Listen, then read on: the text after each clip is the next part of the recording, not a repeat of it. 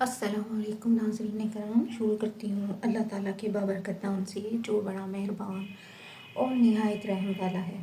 مولانا جلال الدین رومی ظاہری تعلیم و تربیت کے تمام مراحل طے کر چکے تھے، لیکن اس کے باوجود مولانا روم کو اپنی زندگی میں ایک خلا سا محسوس ہوتا تھا۔ کبھی کبھی خاص دوستوں کی محفل میں بھی آپ اپنی اس محرومی کا اظہار کرتے کہ میں آج بھی پیاسا ہوں اور نہ جانے یہ پیاس کب تک برقرار رہے گی۔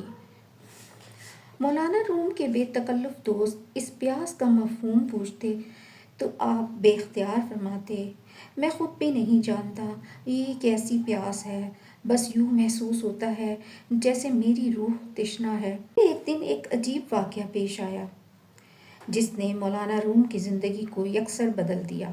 ایک دن مولانا روم کتب خانے میں شاگردوں کو درس دے رہے تھے۔ اچانک ایک اجنبی شخص اجازت کے بغیر اندر چلا آیا۔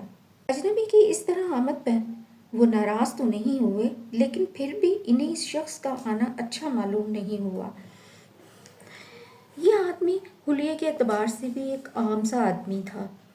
وہ قیمتی کتابوں کے ذخیرے کو دیکھ رہا تھا۔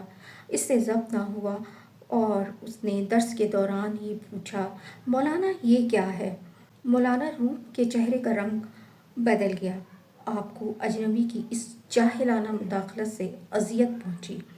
اپنے جذبات پر قابو پا کر کہا، ذرا صبر کرو، میں اپنا کام مکمل کر لوں، پھر تمہارے سوالوں کا جواب دوں گا۔ مولانا نہایت شیریں کلام تھے، مگر اس غیر اخلاقی حرکت کے باعث لہجے میں ہلکی سی تلخی شامل تھی۔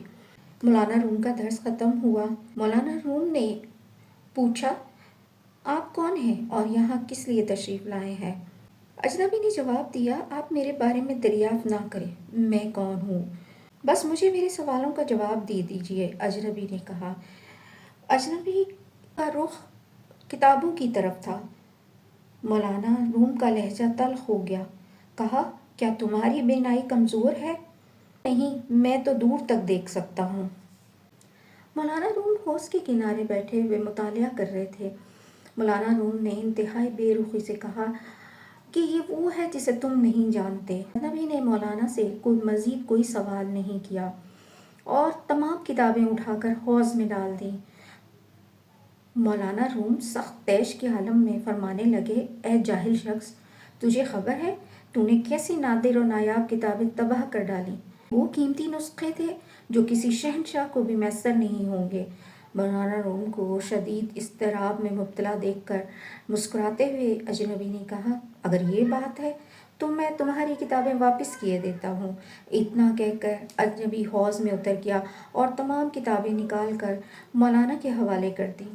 مولانا روم شدید حیرت کے عالم میں اپنی قیمتی کتابوں کو دیکھنے لگے۔ کسی کتاب کا ایک ورق بھی پانی میں نہیں بھیگا تھا۔ یہ کیا ہے؟ مولانا روم نے اجنبی سے پوچھا۔ اجنبی نے ایک مخصوص تبسم کے ساتھ نہایت شگفتہ لہجے میں جواب دیا، مولانا یہ وہ ہے جسے آپ نہیں جانتے۔ اور یہ کہہ کر اجنبی چلا گیا۔ مولانا روم حوض کے کنارے دم بخود بیٹھے رہے۔